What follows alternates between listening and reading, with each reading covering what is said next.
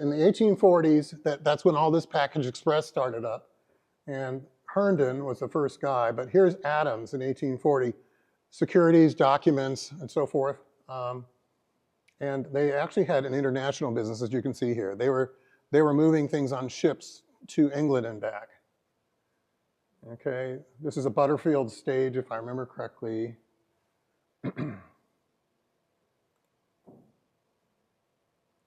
American Express, we think about American Express all the time. We pay for things with American Express. We don't think about that word express. They started as an express company. I'm so happy this is working. Can you in the back of the room hear me? Yeah. Okay. All right. And there were just lots of these companies, okay? 1869, the Treaty of Omaha granted express companies all kinds of leeway to do all kinds of things. So that meant that, among other things, they could operate on trains, okay? And this just talks about some of the mergers that happened, Pacific Express, American Merchants Union Express, and so forth. And Adams Express today is a closed-end investment house. So meaning that you have to have an account. It's not like you can walk up to the street and have some kind of transactions with them. It's a closed-end investment organization, okay?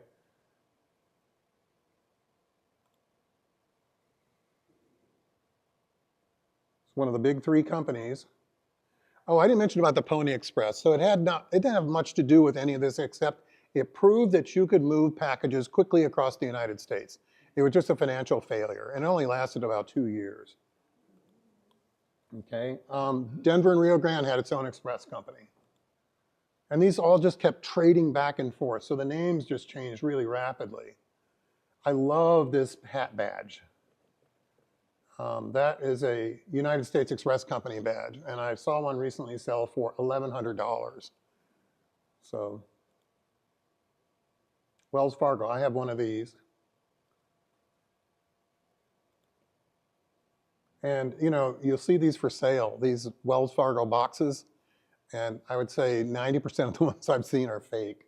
But if you can find a real one, they're quite expensive, okay? And guess what? Wells Fargo comes under the control of E.H. Harriman, who was controlling everything back in his day.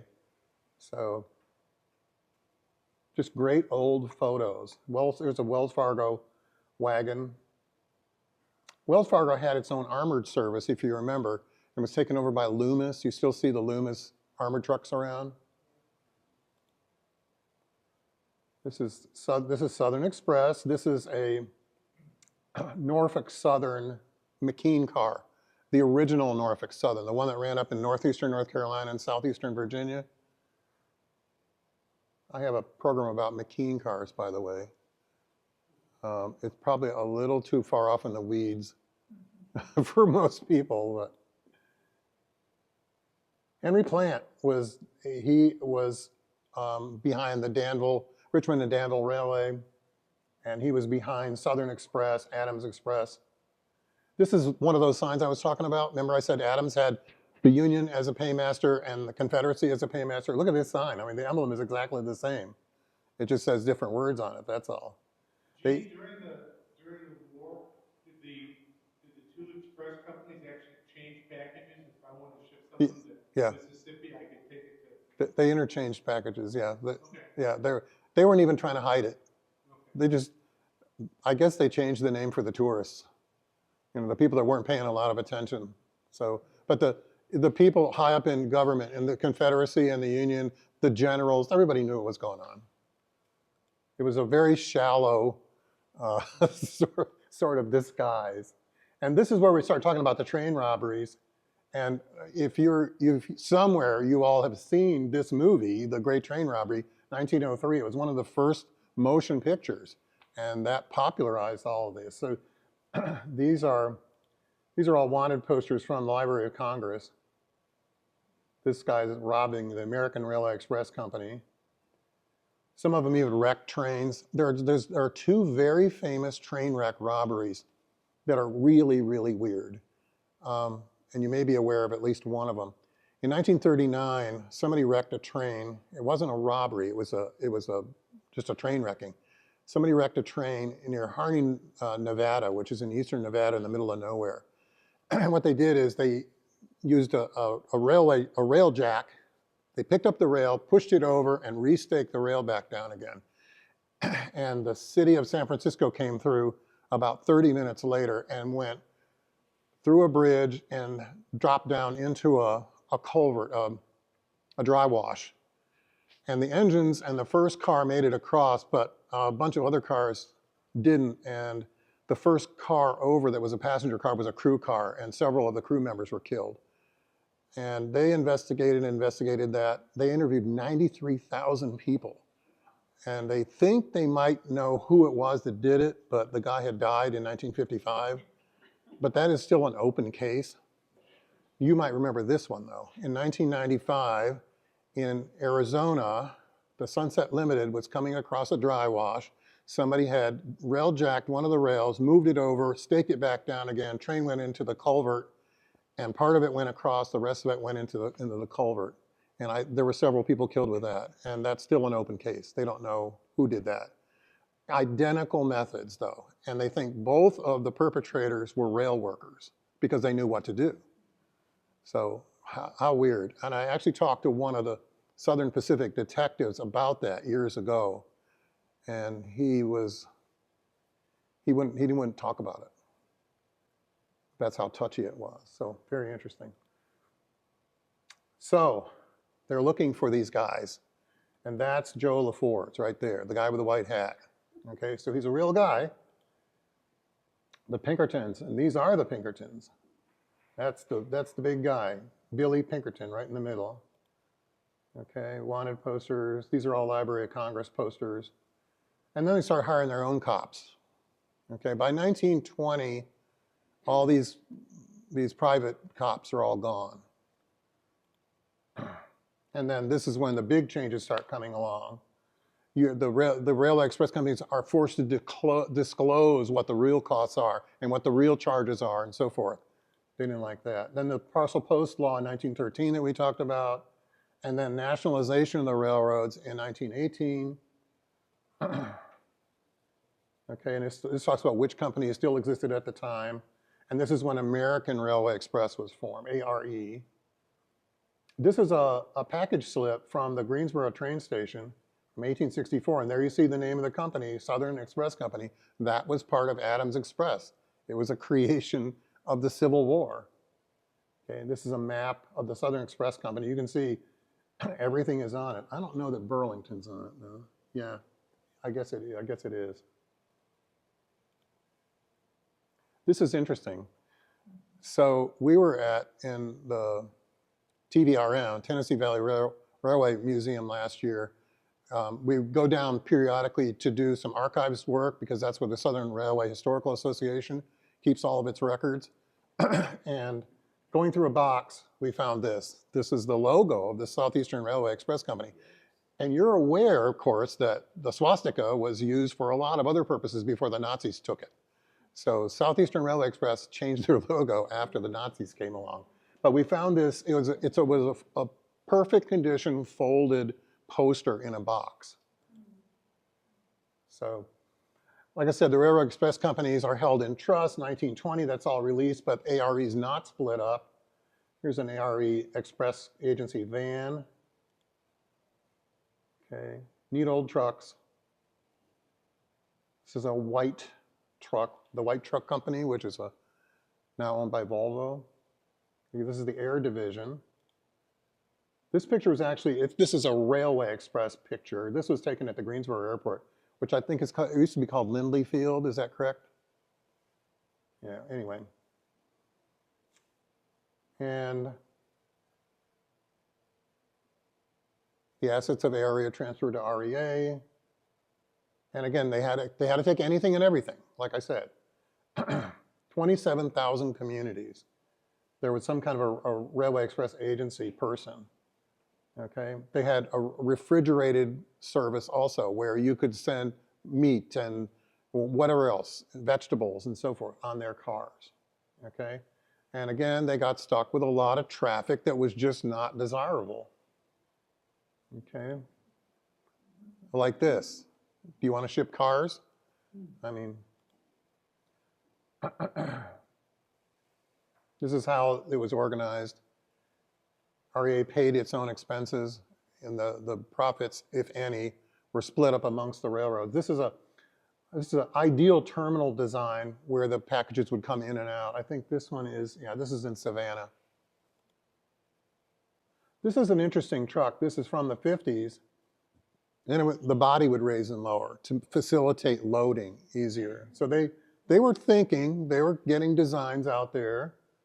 Okay, it's an ad.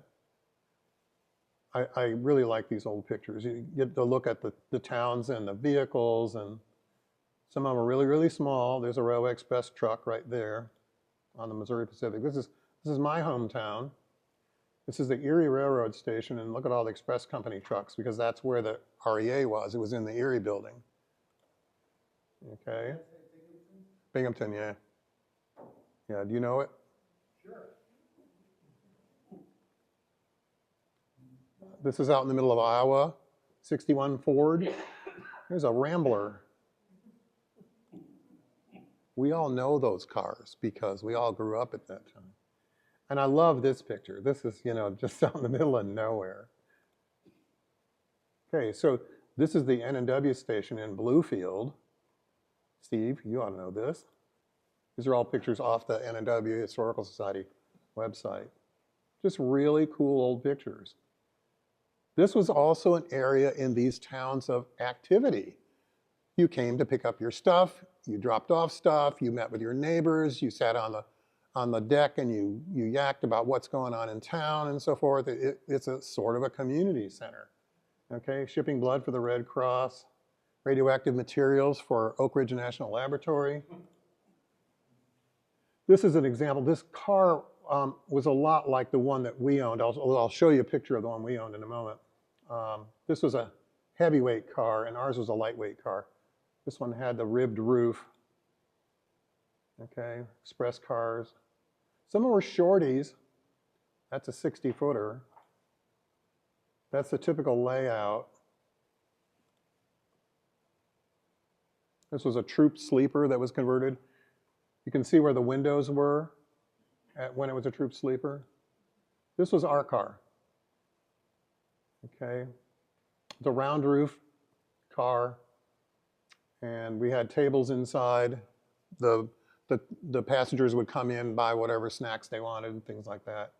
And they used to say Railway Express Agency right here. These ventilators up here leaked terribly, and eventually they were all removed. The doors always never fit. They always leaked.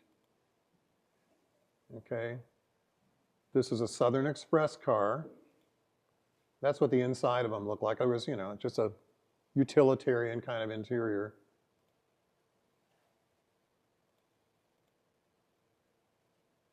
Another one converted from a troop sleeper.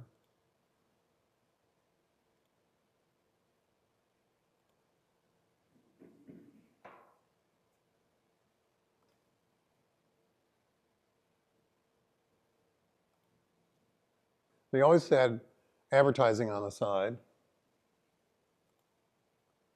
Here's some that are awaiting restoration or have been restored. Most of you who've been down to the museum in Spencer have seen this one. No, wait a minute, that's not the one.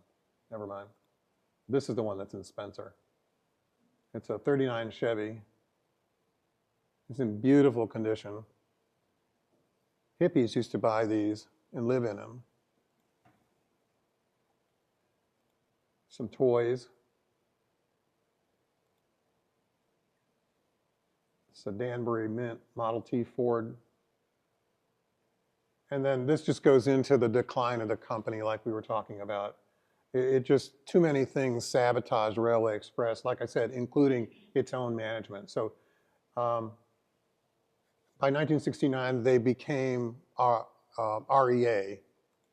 And this is a picture of, this is a gray with blue lettering REA truck outside RJ Reynolds in Winston. And you probably remember that paint scheme. As the CAB terminated its agreement, so that was another case of lost revenue. Employees out of work. And so this is the schematic that shows where they all went eventually, but this is basically what's left is down here at the bottom, okay? You've got Adams and Wells Fargo and American Express. And, but you can see there were many, many express companies, and all of them aren't even included here because you saw me mention a whole bunch of others. There are all kinds of neat things out there that are Railway Express related, and they just cost a fortune. These big signs that used to be on the side of railway stations are just, they're expensive as the dickens. Those are probably one of the most popular things. There are a lot of reproductions. So this is a wax sealer. They will bring a lot of money, 150 bucks for one of those. We have one for the Greensboro station, and that's what we paid for it in our display. There's a Wells Fargo box. Firearms, that's my shotgun. It's a 20-inch barreled Winchester 1897 pump. And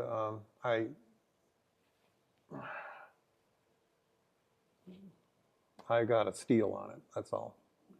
And different handguns with Wells Fargo marking, American Railway Express marking, Railway Express agency marking. If you find a handgun with a Wells Fargo marking on it, it usually brings a lot more money. But there are plenty of people that are faking those markings. So lots of different kinds of badges. This is a Canadian Pacific Express Company Messenger's badge, very elaborate with the little beaver on the top, which is totally cool. These are Railway Express Agency Detectives badges, okay? And this is, this is what our building looked like before it was rehabbed in 2003. It was rehabbed as part of the station on a rehab project for $31 million. And they really did a great job, yeah. Gene, if anybody here wanted to go over and see your building, when could they do it? I'm gonna explain that in a moment. Okay. But that's what it looks like today. I mean, it's a beautiful building. All those roll-up doors are sealed over on the inside. So when you walk into it, you don't see those doors, okay? So that's where we were going with this. We have a train layout that shows central North Carolina liberally, down to the Sandhills and out to western North Carolina. It's a big train layout, and then on the other end is an N scale, smaller scale layout. That's the N scale layout right there. We have a small museum in the lobby that has a mixture of different things, ranging from railroad china to Railway Express items to conductor hats and all kinds of stuff. But we also have the bell that's attributed to the wreck of the old 97. So you've heard the song, Wreck of the Old 97, Vernon Dalton. So this wreck was just another wreck from years ago. And it's an interesting thing, and it has a relationship to Railway Express. So let me get off in the weeds here. How are we doing for time? Okay, I'm just about done. In 1903, train 97 is coming down from the DC area. But prior to that, we had a wreck of the old 97 day, and we solicited information from people in the community, anybody that knew anything about it, and you could not believe how many people came in and said, my uncle, my next door neighbor, my brother, my grandfather, my whatever, was or should have been on that train. That train must have had 500 people on it. But what it was the top train for Southern Railway. They had a hot mail contract. So it was a mail train. It was not a passenger train. And it had several mail cars. The engineer for the day, depending on which story you hear, the engineer was not available for whatever reason. And another person came in that day and said, that was my great-grandfather that was supposed to be the engineer for that day. He was riding the train, deadheading, from Spencer to Monroe, Virginia, where he was going to go to pick up the train outside of DC. But there was a derailment near Ruffin, North Carolina. You all know where Ruffin is, right over, I don't even know which way is east and west here, but near Reidsville, north of Reidsville. And so he got stuck. And so they pulled an engineer off of a freight train who had only been with Southern a month, but he was an experienced engineer. And he just wasn't a passenger train engineer. And so there's a man who is in Danville who researched the train wreck a few years ago and brought in some engineering students and engineers from Virginia Tech, and they analyzed what happened. And we think that this is largely what happened. So this engineer, Steve Brody, and he's mentioned in the song. He's coming down north of Danville. There is a long grade near Blair's, if you know where that is, and you're coming downhill long grade, and he's got this train flying, and he loves how it's handling apparently, but he doesn't realize that he's using up the air on the brakes, and he's now got no air, and he comes into the north end of Danville, and he's blowing the whistle because he's trying to warn people this train's out of control, and he comes down to where Dan River Mills used to be on the river in Danville, which has since been torn down. This is east of the hospital. And there's a curve. They built a trestle on a curve. They built a 15-mile-an-hour trestle on a curve. And it's estimated, I think, that he came down that track at somewhere between 75 and 85 miles an hour. And it's a left-hand curve, and he goes flying off to the right. And the whole train just drops into the river valley. I think 2 people walked away from it, and one of the people that walked away I know supposedly quit the same day, but these are all mail sorters. And there was one person killed on the train who was the newsboy who got picked up at the last stop and couldn't get off the train before they started back up again and headed south. So somebody that I know came to me one day and said, "I know you like trains." And I said, "Yeah." He said, "Would you be interested in looking at a bell that we have?" This is a guy that lives in Burlington who is probably deceased by now. And he says, "We've got this locomotive bell, and we've had it in our family since 1903. And I said, "How did you get it?" And he said, "Well, my father-in-law worked on a farm in the Yanceyville area, and every weekend or whenever they could, they would go into town. They would go into Danville. That was the nearest town. And they would celebrate. You know what that means. And so that was the weekend of the train wreck. And he said he would, along with a lot of other able-bodied guys, they were recruited to try and clean this wreck up. And if you've ever seen pictures of the wreck, I mean, it was a mess. There were just pieces of everything everywhere. And he was given this bell as a reward. Well, he said, we always figured he just stole the bell.